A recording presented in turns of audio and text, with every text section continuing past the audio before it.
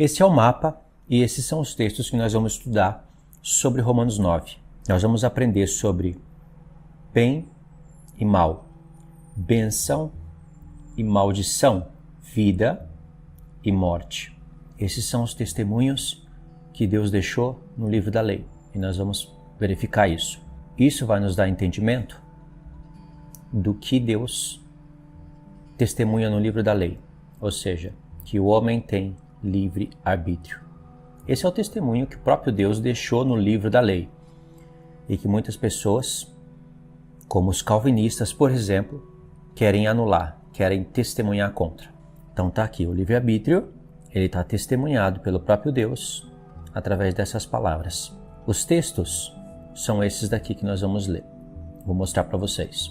Nós vamos ler Deuteronômio 30, do 15 ao 20, Josué 24, versos 14 e 15, e aí eu vou contextualizar para vocês esses textos aqui, onde tem uma revelação muito bonita. E depois vamos voltar em Deuteronômio 11, do 26 ao 29, e aqui também tem uma maravilhosa revelação. Eu acredito que poucas pessoas sabem disso. Eu ainda não vi ninguém explicar isso dessa maneira, que eu vou explicar para vocês. É claro que pode ser que tenha, eu não vi ainda. Deuteronômio 11, do 26 ao 29, esse texto ele vai ser contextualizado, ou melhor dizendo, amplificado, em Deuteronômio 27, do 11 ao 26. É importante, muito importante, a gente entender isso. Deuteronômio 27, do 11 ao 26. Porque nós vamos aprender sobre as maldições da lei. Você já deve ter escutado sobre as maldições da lei, né? Mas com certeza você escutou errado. Em Gálatas 3, do 26 ao 29, Paulo vai falar das maldições da lei. Isso daqui, irmãos, as maldições da lei, entender isso é muito importante porque muda a sua visão do evangelho. Muitos pastores dizem que as maldições da lei é a própria lei de Deus, e não é. Quando Paulo fala que Cristo nos libertou das maldições da lei, ele fala no singular da maldição da lei, ele tem em vista esse texto aqui, ó, a revelação que está contida nesse texto. E nós temos que estudar isso, certo? Continuando os testemunhos de Deus, nós vamos para o livro de Provérbios. Aí nós vamos ler Provérbios 11, do 18 ao 21, Provérbios 12, verso 28, Provérbios 13, versos 13 e 14, e Provérbios 18, do 18 ao 21. Todos esses textos que eu mostrei para vocês, eles vão testemunhar coisas a respeito da lei, que Deus colocou diante do homem o bem e o mal, a bênção e a maldição, a vida e a morte. E Deus disse para eles escolherem a vida. E Deus mostra, irmãos, aqui em Deuteronômio 30, do verso 15 ao 20, que Ele colocou os céus e a terra como testemunha dessas coisas. Nós não podemos, então, testemunhar ao contrário disso. Sendo assim, com esses textos de Provérbios, nós vamos aprender o seguinte. Ponto 1. Sobre o livre-arbítrio, que o homem de fato tem o livre-arbítrio.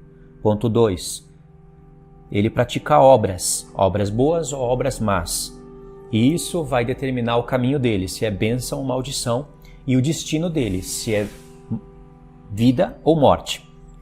E Deus está trabalhando com coisas eternas, né? É morte eterna ou vida eterna. Ponto 3. Vida ou morte. Vida ou morte, elas vão ser determinadas pelas obras. E isso é porque o homem tem livre-arbítrio. A prova disso é o que Deus testemunhou aqui. Veja bem, irmãos, eu vou falar isso para vocês no vídeo. Se há dois caminhos, como vocês estão vendo aqui, então tem livre-arbítrio.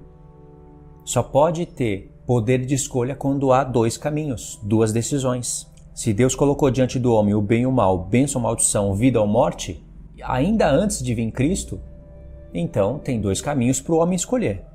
Se Deus não tivesse feito isso, então não teria escolha. Deus que teria que escolher para o homem. E assim escolher quem que ele salva e quem que ele mata, conforme o falso testemunho calvinista. E se o testemunho falso calvinista estivesse correto, Deus estaria sendo mentiroso, porque ele colocou dois caminhos diante dos homens, então tem escolha. Se os eleitos só podem escolher o bem e os réprobos só podem escolher o mal, fica evidente que não há poder de escolha, porque só resta uma opção para cada um. E assim a gente vê que Deus invocou os céus e a terra como testemunha, não é à toa. Ele previa os tempos de hoje, principalmente onde começou tudo isso, com um Papa católico, Agostinho. E depois vocês conhecem a história, né? Depois Calvino foi influenciado por isso, sistematizou essas coisas e aí vieram outros pregadores e aí nós temos hoje um volume de pregadores pregando esse falso testemunho para todos. E para não ficar só no Antigo Testamento, que na minha opinião é o mais importante para entender isso, nós vamos seguir com os testemunhos que estão aqui embaixo. João 5, do 24 ao 29, dos versos 33 ao 39 e do 43 ao 47. Depois, Romanos 2, do 5 ao 11 e o verso 13. E aqui nesse texto, que eu mostrei para vocês, vai ficar provado tudo isso que eu estou falando. São textos que os calvinistas não leem. Os calvinistas não gostam de textos como esse daqui, onde o apóstolo Paulo ele vai mostrar que a vida eterna, que é dom gratuito de Deus, como ele fala em Romanos 6, mas em Romanos 2, ele vai mostrar o que é dom gratuito de Deus. Ele fala que a vida eterna vai ser recompensada conforme as obras.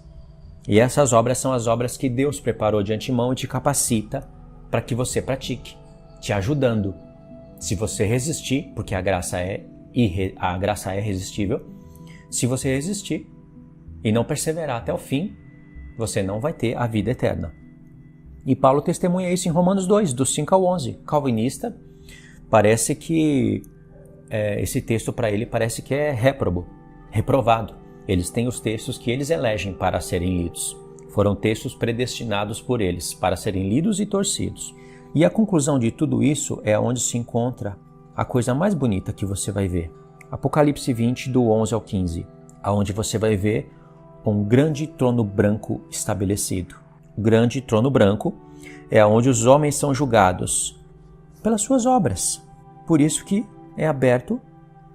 são aberto o livro das obras, porque os homens vão ser julgados pelas suas obras, as obras que estão registradas no livro. Se fosse um tribunal calvinista, aquilo seria tudo um grande teatro. Entendendo tudo isso, nós vamos poder entender melhor Romanos capítulo 9, e aliás a carta de Romanos inteira.